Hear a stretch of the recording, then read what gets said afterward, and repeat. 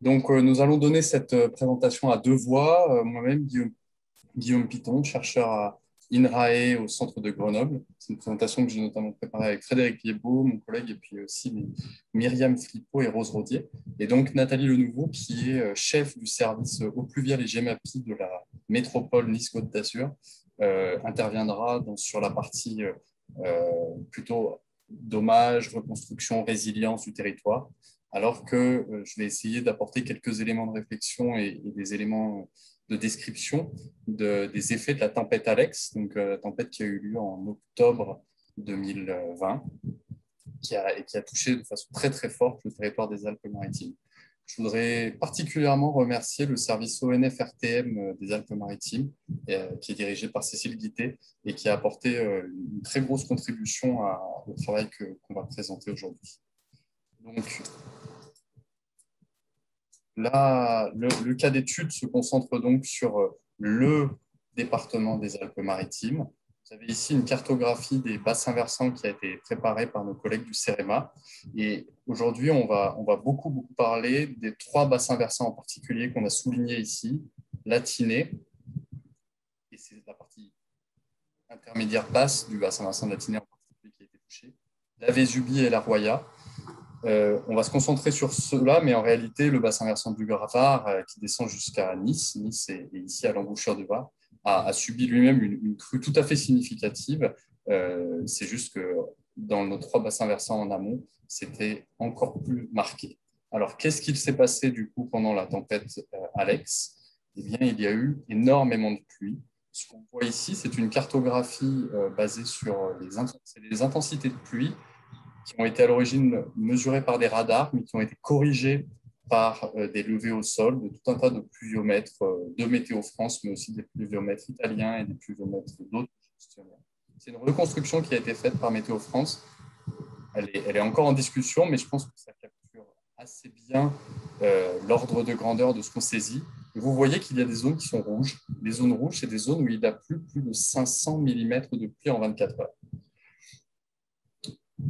Donc, peut-être qu'on a des auditeurs des territoires d'outre-mer qui ne seront pas étonnés de pluie de cette intensité-là. Et une question qu'on peut se poser vis-à-vis de 500 mm en 24 heures, ou même finalement les zones oranges, hein, au-delà de 200 mm, ça reste intense. Est-ce que c'est si extrême que ça? Alors ici, on a quatre cartographies. À chaque fois, vous avez le pourtour du territoire des Alpes-Maritimes et le code couleur est associé à la période de retour de la pluie. Donc, la période de retour sur 1 heure, 6 heures, 24 heures. Et puis, si on prend la période de retour maximum qui a été observée sur l'ensemble des durées analysées, c'est nos collègues d'INRAE Aix-en-Provence qui ont analysé ça. Ils avaient une base de données très détaillée de pluie de temps de retour extrême. Et vous voyez là qu'on a des zones assez importantes sur le territoire de la Vésubie et sur le territoire de la Roya qui sont en noir. Et là, on a des zones où il y a pour ainsi dire, des communes entières qui sont dans cette zone noire. Et cette zone noire, ça veut dire que la période de retour de la pluie a dépassé les 1000 ans. Donc, on a ici des pluies qui sont très intenses et qui sont extrêmement rares. C'est donc la partie supérieure de la Vésubie et de la Roya qui ont été le plus sévèrement touchées, mais globalement, il a plu énormément sur tout ce territoire. J'aurais aimé vous fournir des éléments sur les débits dans les rivières. Il n'y a aucun doute sur le fait qu'ils ont été très, très forts. On va voir après que les changements morphologiques rendent leur estimation très compliquée. Tout ce que je peux vous dire, c'est que plusieurs groupes de travail s'attellent à essayer d'estimer les débits et que c'est un travail en cours. Il n'y a aucun doute qu'ils ont été très forts. Alors, quels ont été les résultats et les effets de ces pluies? On va d'abord parler un tout petit peu des versants, et deux cas très emblématiques. Un bassin versant qui s'appelle le bassin versant du Lion, qui était un petit torrent qu'on distingue à peine sur la photo aérienne avant l'événement. Et là, il y a un glissement de terrain qui s'est activé dans des zones de pâturage. Il y avait quelques ravines un petit peu avant l'événement, mais je n'ai pas d'autres photos avant, je suis désolé. Faites-moi confiance sur globalement le fait qu'il y avait de la végétation à peu près partout. L'ordre de grandeur du volume déstabilisé est de plusieurs centaines de milliers de mètres cubes, peut-être 1 million. on cherche à le quantifier encore. Et ce que vous voyez, c'est qu'il y a des quantités tout à fait significatives de sédiments qui sont descendus dans le vallon. Et en fait, on verra des images plus tard, elles sont descendues jusqu'au lit de la Tinée et ont repoussé le lit de la Tinée, générant des très grosses érosions. Donc là, un exemple d'un apport de sédiments venant du versant tout à fait significatif.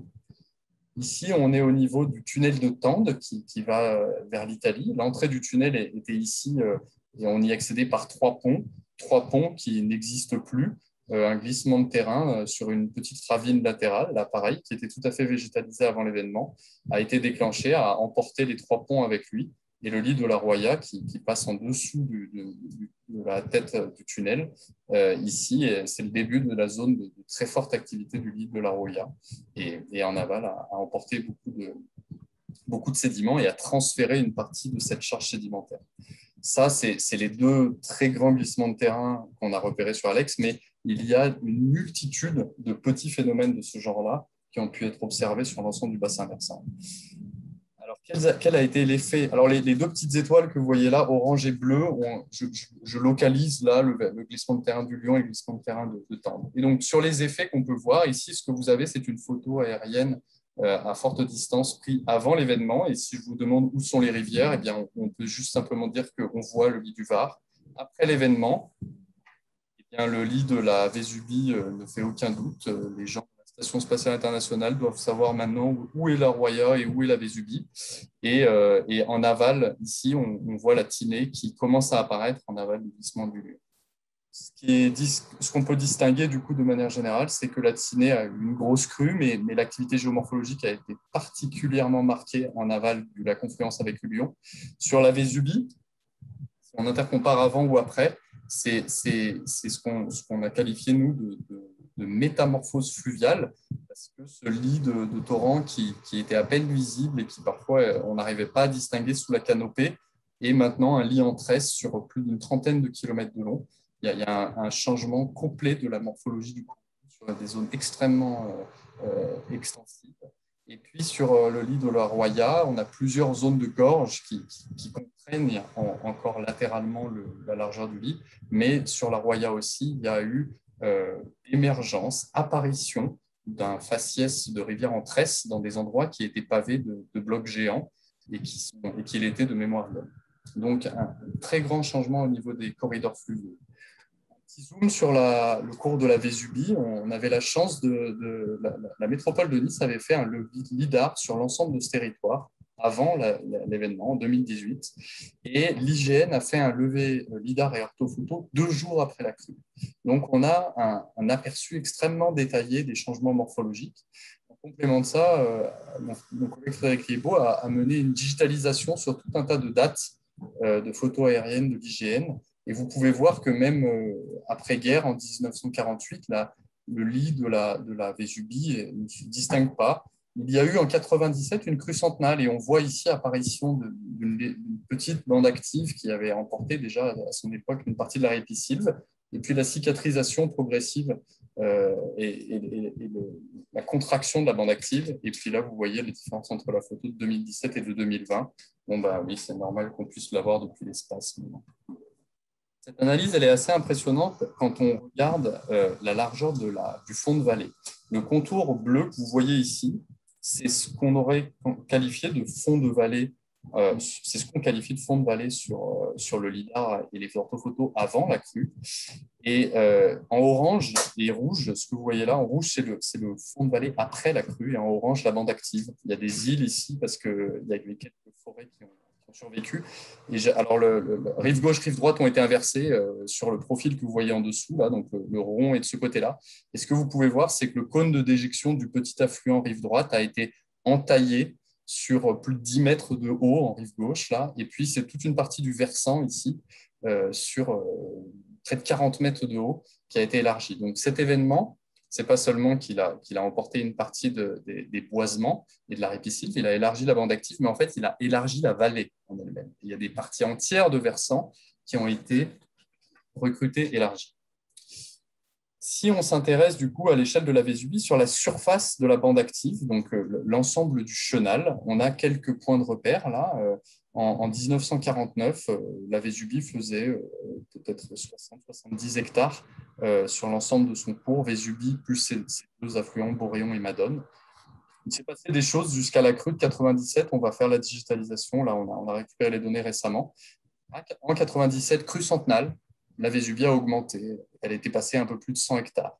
Et puis, les mêmes tendances que partout, la végétation reprend du pouvoir, réenvahit les bancs de gravier, et peu à peu, ça se contracte jusqu'à la prochaine crue.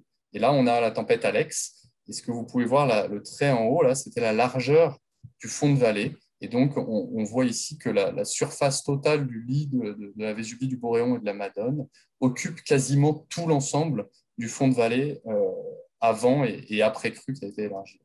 Donc, on a une rivière qui alors qu'elle était tout à fait contrainte dans une ripisylve mature, bien développée, en bon état, occupe maintenant 76% de tout l'ensemble de ce fond de vallée et est allée élargir les versants sur un certain nombre d'endroits. On s'est posé la question, du coup, il y a eu beaucoup de problèmes d'embâcle, évidemment, un très grand nombre de ponts détruits, on va en reparler après. On s'est posé la question de quels étaient les bilans de bois. Donc, ce qu'on est en train de faire, c'est d'une part de digitaliser où se sont déposés les flottants. Vous avez ici une photo aérienne de l'IGN juste après l'événement, et en dessous, vous voyez le contour de la bande active, et puis chacun de ces traits est un tronc qui a été digitalisé manuellement.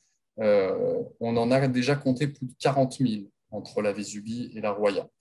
On croise ça avec une cartographie de où étaient les zones boisées avant la crue, ce sont les zones vertes sur cette carte, et puis en jaune, rouge, là, vous voyez la zone qui est maintenant la bande active, et donc sur toutes ces zones-là, les arbres ont été arrachés, c'est la zone centrale.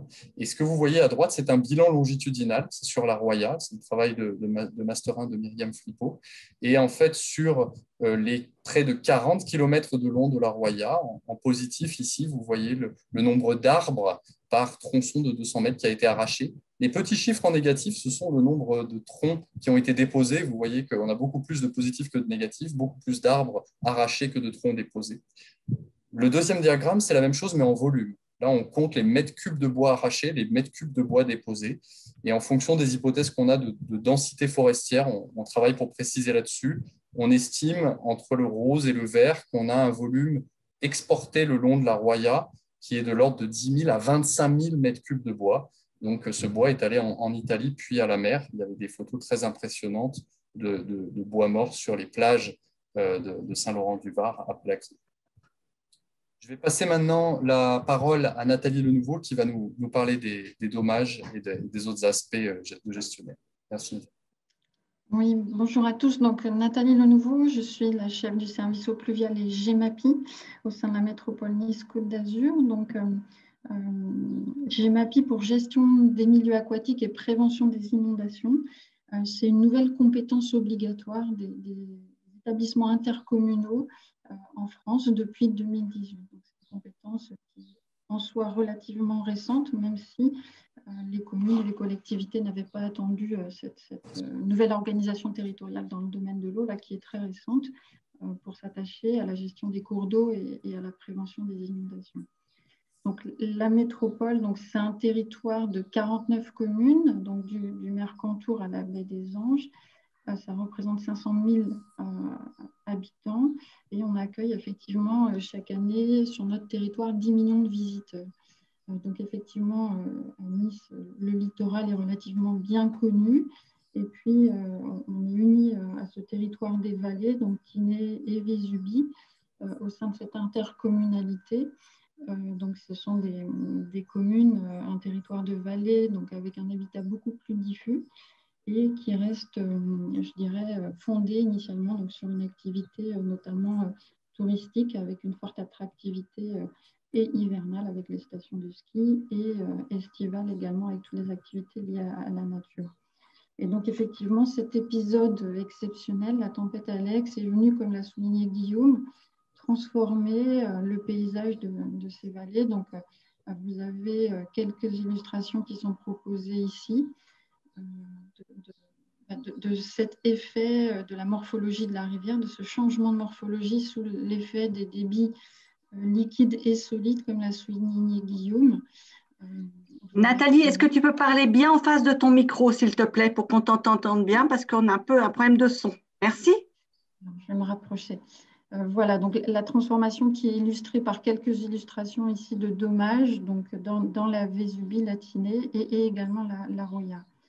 Donc le premier bilan qui est dressé, c'est un bilan humain, puisque effectivement il y a eu 9 décès et 9 personnes qui sont portées disparues. Et en termes d'habitat, de bâtiments, voilà, qui étaient sur les bords de rivières, plusieurs centaines de bâtiments qui ont été soit emportés, soit endommagés, soit peut-être parfois non touchés, mais qui restent exposés à un risque du fait de la transformation des berges de cours d'eau qui sont devenues comme ici des falaises. Voilà, donc si on passe ensuite à une évaluation, une tentative de description de l'impact de la tempête Alex sur les équipements publics qui relèvent des compétences métropolitaines. Donc on exerce les compétences liées notamment aux voiries, à l'assainissement, à l'alimentation en eau potable, à l'urbanisme. Voilà, donc sur le territoire de la métropole Nice-Côte d'Azur, c'est essentiellement donc 14 communes qui ont été particulièrement touchées dans les 2 vallées. Donc, notamment, les plus touchées sont Saint-Martin-Vésubie et Roquebillière dans la vallée de la Vésubie. On a eu un bilan sur nos infrastructures routières très lourdes, un bilan très lourd puisque les infrastructures longent les cours d'eau pour desservir les vallées. Donc, un linéaire total de 50 km de routes dévastées, ce qui a conduit à fermer temporairement 130 km de route, puisqu'on a des voies d'accès uniques pour desservir ces vallées en fond de vallée, et puis des ouvrages d'art qui ont été détruits ou fortement impactés sous l'effet des flots d'eau et de sédiments, voire d'embâcles également. Voilà, donc en termes d'alimentation en eau, ces 2 vallées ont été particulièrement impactées puisqu'on avait quasiment 60% de la population qui n'était plus alimentée en eau. Voilà, puisque les prises d'eau étaient dans la Vésubie, notamment on a une grande prise d'eau à Saint-Jean-la-Rivière, donc sur la Vésubie, et la prise d'eau a été très endommagée et aussi colmatée par les sédiments. Et on rencontre aujourd'hui encore des problématiques d'alimentation en eau, des besoins d'entretien de cette prise d'eau liés à l'apport continu de sédiments et une forte turbidité de la rivière. Voilà, et en matière d'assainissement également, un impact assez lourd sur les réseaux d'assainissement et les stations d'épuration qui étaient proches des cours d'eau au droit des points de rejet. Donc, à l'échelle de la métropole, sur notre territoire, le bilan, le besoin plutôt financier de reconstruction, il est évalué à 1 milliard d'euros. Et à l'échelle du département, on est entre 2 et 3 milliards. C'est un chiffre qui reste relativement difficile, je dirais, à affiner encore. On reste sur des ordres de grandeur, puisque là, on considère qu'on est encore, je dirais, dans une phase de travaux d'urgence pour pouvoir, en priorité, donc en termes d'urgence, rendre les accès, donc ce qui est à peu près aujourd'hui assuré. Quand il a fallu refaire des ponts, donc ça reste encore des ponts provisoires. Et puis la réfection de route, on est effectivement autant que possible, dès que c'est possible, sur la réfection définitive, mais c'est bien souvent pas toujours le cas. Et donc on est parfois sur encore des réparations de brèches. Voilà, donc en phase d'urgence, donc immédiatement, voire plusieurs mois après la tempête, les priorités, c'est effectivement le rétablissement des accès. Donc les premiers jours, on n'avait plus accès aux vallées. L'accès se faisait essentiellement par hélicoptère, donc ça représentait des conditions relativement difficiles pour apporter les premiers secours, pour apporter de l'eau, des vivres, etc. On a tenté de rétablir prioritairement les accès pour pouvoir ensuite contribuer et conduire les travaux de remise en état des infrastructures. Donc c'est vrai que ce sont des conditions de travaux, d'intervention qui restent encore délicates. Et ces 2 vallées restent, comme la Roya, encore très sensibles aux conditions hydroclimatiques. Donc, je vais citer un exemple. On a eu en décembre un petit événement pluvieux qui a généré à nouveau un mouvement de terrain et qui nous a conduit à fermer la route de desserte de la Tinée, la route principale, et à devoir construire une route provisoire qui va être encore en place plusieurs mois dans le lit du cours d'eau. Voilà, donc ce sont des travaux relativement impressionnants à conduire. Voilà, et donc on engage les travaux de reconstruction, on estime en avoir pour 4 à 5 ans. Donc ça passe par la réfection des routes définitives, des ouvrages d'art, mais là ça va prendre plusieurs années de reconstruction, des réseaux d'eau potable et d'assainissement, des stations d'épuration. Donc on a installé des stations d'épuration provisoires pour celles qui étaient totalement détruites. Et puis, en matière de gestion des milieux aquatiques et prévention des inondations, nous avions très peu d'ouvrages finalement. On avait quelques digues de protection à roquemilière. Donc, on avait 3 digues, dont 2 étaient emportées. Donc, c'est un besoin de reconstruire ces ouvrages de protection pour le village. Et surtout, c'est un besoin de venir stabiliser les berges au droit des zones à enjeu qui sont aujourd'hui encore exposées potentiellement à l'érosion par l'eau, par la rivière. Voilà, une difficulté de reconstruction également. Donc, on a eu plusieurs centaines de bâtiments qui ont été endommagés ou détruits. En termes de résilience et de capacité de reconstruction, c'est où être en capacité de reconstruire dans ces territoires de montagne où, comme l'a souligné Guillaume, les rivières sont venues réoccuper largement le fond de vallée. Et dès qu'on est, je dirais, sur les versants, on est bien souvent sur des zones exposées à des risques de mouvement de terrain, voire d'avalanche dans certains secteurs. Donc la reconstruction est aussi un défi de ce point de vue-là, de relocalisation de certaines activités.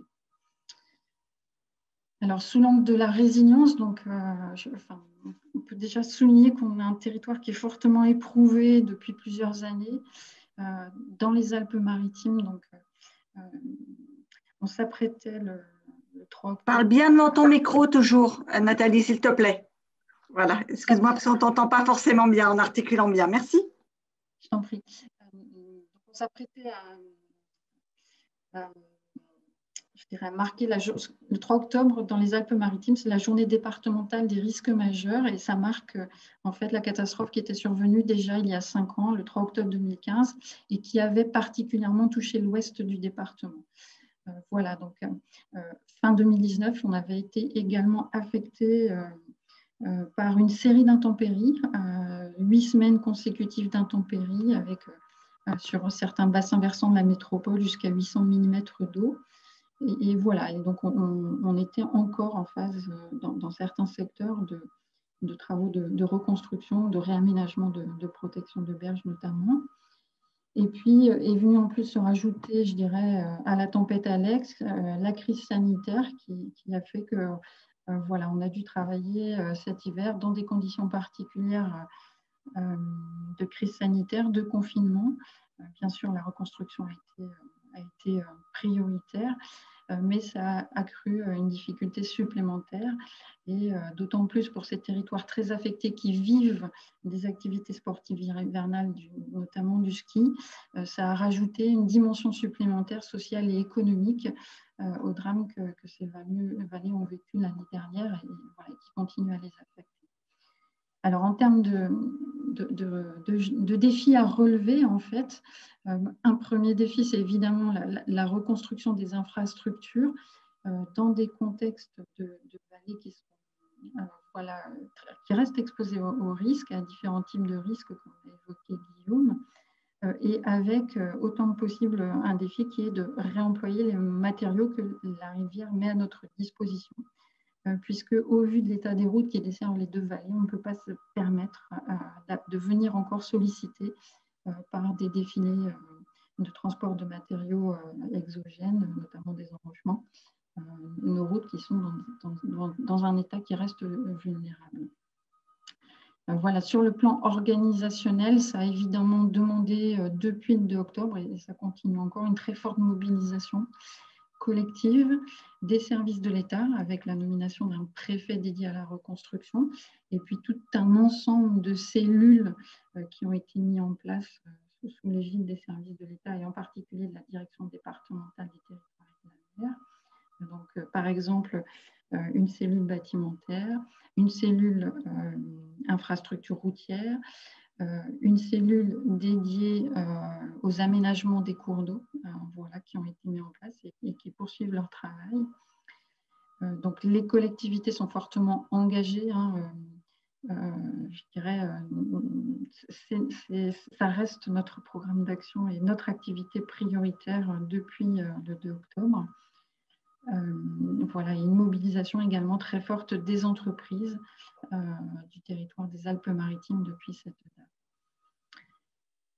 Donc, sur le plan administratif, on est dans les procédures d'urgence, on reste encore dans les procédures d'urgence. Donc, voilà, même si l'événement a eu lieu déjà il y a 8 mois, on reste sur des procédures d'exception. Donc, c'est un enjeu de pouvoir, je dirais, adapter ou utiliser le droit existant qui n'a pas prévu de tels événements et de tels besoins de reconstruction dans des temps rapides, voilà, par rapport à nos besoins spécifiques. Et par exemple, on travaille avec les services de l'État sur les 2 villages les plus sinistrés au sein de cellules d'appui GEMAPI à des schémas locaux de réaménagement des cours d'eau afin que les différentes maîtrises d'ouvrage, puisqu'on n'est pas les seuls à intervenir, aménagent de manière cohérente à l'échelle de tronçons hydrographiques les berges et les cours d'eau.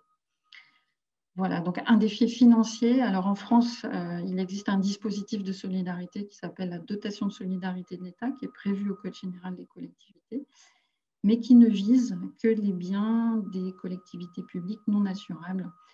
Donc voilà, donc en matière de gestion de cours d'eau et de prévention des inondations, pour notre compétence, on a vu avec les quelques images qu'on a un programme d'aménagement de berges qui nous attend pour les solidifier et faire en sorte qu'elles ne soient pas à nouveau érodées dès les prochains événements. Et donc, ce type d'aménagement n'est pas éligible à la dotation de solidarité de l'État. Donc, il faut imaginer, rechercher de nouveaux mécanismes financiers. Un enjeu foncier également, hein, on est très largement sur le domaine privé.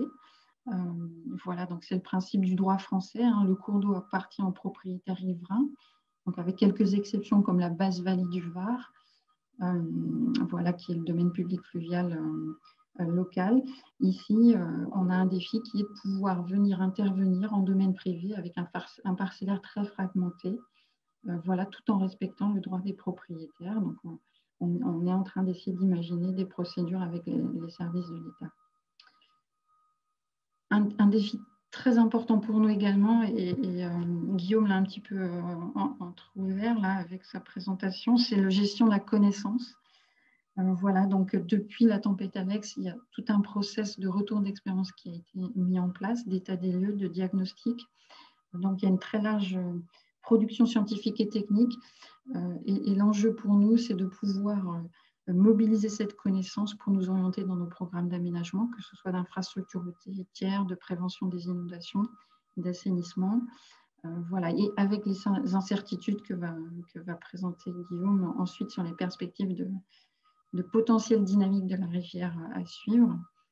Et puis, un défi aussi très important, c'est de gérer les différentes échelles temporelles. Donc, je le disais, on intervient encore dans le cadre de l'urgence aujourd'hui, du court terme. On tente de faire des aménagements qui soient pérennes sous certaines conditions hydrométéo. Et puis, on s'attend à devoir gérer aussi les prochains événements, donc le prochain hiver, la prochaine saison des crues et celles qui suivront. Et le long terme, puisque, comme l'a souligné Guillaume, il y a un stock de sédiments qui est présent dans nos vallées, qui sera largement remobilisé, on s'y attend aux moindres événements, et voilà, qui potentiellement va à nouveau exposer les cours d'eau, leurs berges et les aménagements. Donc, je fais la transition avec les perspectives que dresse Guillaume ensuite sur les potentielles évolutions morphologiques et climatiques. Merci Nathalie. C'est très complet, super. Et ça introduit très bien la suite qui est donc la question sur laquelle on nous interroge. Donc, c'est vrai que j'ai oublié de le mentionner, mais j'interviens, mes collègues interviennent et aussi l'ONF-RTM. En fait, c'est l'ONF-RTM qui pilote à la demande des services de l'État le volet de retour d'expérience sur la question géomorphologique. Et on travaille beaucoup sur qu'est-ce qui s'est passé pendant la tempête, mais évidemment, on nous interroge aussi sur ce qui peut se passer plus tard. D'abord, avant de parler tout de suite du court et du moyen terme, reprenons du long terme. Il y a ce diagramme-là que j'aime beaucoup du guide de Malavoie et Pravard de 2010 qui nous dit que sur des échelles temporelles longues, ici on a marqué en petit un 1000 ans, ça pourrait peut-être être 10 000 ans, peu importe, les rivières sont dynamiques. Elles changent de faciès et on a des oscillations soudaines, progressives, transitoires entre des cours d'eau qui peuvent s'élargir, changer d'aspect et compagnie. Ce qu'il faut garder en mémoire dans le secteur alpin, ici, vous avez une cartographie de l'extension des glaciations pendant la dernière période de glaciation, le Würm. Donc, ces petites chenilles-là sont en fait des glaciers. Et la vallée de la Vésubie, de la Roya et de la Tinée était partiellement glacée. Les petits pointillés qu'on voit en aval sont les extensions de la glaciation précédente. Donc, c'est des secteurs qui, il y a 12 000 ans, 15 000 ans, 20 000 ans, étaient couverts de glace, ont été retravaillés par les glaciers. Donc, ils avaient un aspect qui n'avait rien à voir avec aujourd'hui. Si on rétrécit assez fortement l'échelle temporelle, les collègues de l'ONFRTM ont pris le temps de digitaliser le cadastre napoléonien de 1873 sur le Boréon. Et c'est le polygone bleu qu'on distingue à peine sous le polygone de 1948. Ce que ça nous dit, c'est que sur ce secteur-là de la rivière, à la fin du 19e siècle, alors que dans beaucoup d'autres bassins versants, notamment des Alpes du Nord, les cours d'eau étaient très larges en lien avec une petite période glaciaire qu'on appelle le petit âge glaciaire, qui s'est fini à peu près à cette période-là et qui avait commencé pendant le Moyen-Âge. Les cours d'eau étaient assez étroits, le Boréon était assez étroit. En 2009, le Boréon, sur cette photo aérienne, on ne le distingue même pas, c'est la petite bande rose. Et en 2020, il a explosé. Donc, ce qu'il ne faut pas perdre de vue, c'est aussi ce fait qu'à l'échelle de 10 000 ans, ces rivières évoluent énormément. À la fin du petit âge glaciaire, ce secteur particulier du Boréon n'était pas particulièrement large, mais la tempête Alex est venue changer drastiquement en 24 heures le style fluvial du Boréon. Et là, si on fait un zoom par rapport à la frise temporelle de long terme qu'on avait avant, on a un système qui a été modifié.